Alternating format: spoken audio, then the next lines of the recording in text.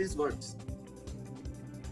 So coming back to the main topic is what is protein. Protein are the large biomolecules or the macromolecules consist of one or more long chain of amino acid residue. So these are the top 9 amino acids which are called essential amino acids which are not produced in your body. Okay? So that's why they are essential. So you need to get it from outside your body. Out of the 21 amino acids which are the building blocks of the protein, 9 are essential amino acids. Okay, and I'll encourage anyone, if you have any query, you can unmute your mic, ask your question, then I can mute your mic. And so don't hold on to your questions. You can also write in the chat box. So now coming to very interesting is what is the function of dietary protein. So the basic function is maintenance of your body tissue, of your all organs basically, and it is also one of the major source of energy along with the carbohydrate and fat.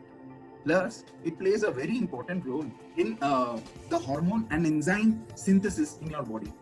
So these are the other important scientific angle that I have shown in this figure, like transport functions, signal molecules, antibodies formation, fluid balance, acid balance, channel and pump, etc. But these are slightly beyond a general public understanding. But the take-home message in the slide, as you see that when you eat a protein, it digests in your stomach, it is broken down into peptides, and from peptides the enzymes breaks down into amino acids, and finally it gets absorbed in your body. Some are not absorbed in the body, it is thrown from the sweat, from the urine, and from your feces. So that's how the absorption part is very important, not just the total protein intake in a day. Okay, and the quality of the protein is also very important, that we will come.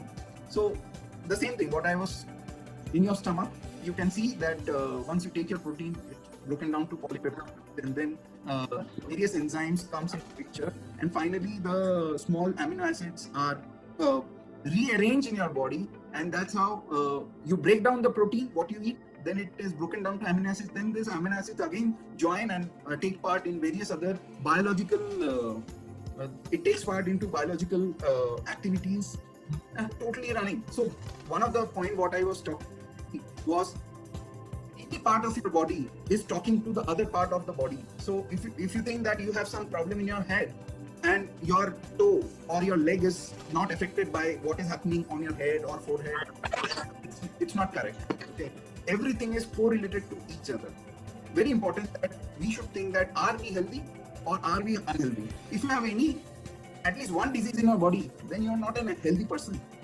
Be it whatever you can do, be it whatever physical activities that you can do, etc. But if you have any disease in your body, you are not a healthy guy. Okay, you need to take out the disease from the body if it is a lifestyle disease. But if it is a genetic disease, obviously you cannot take it out, but definitely you can maintain it.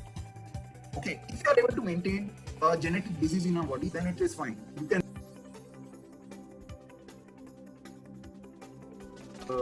don't live with a lifestyle disease forever in your lifetime. You need to take it out from your system. So these are some of the important vegetables which are giving you protein. These are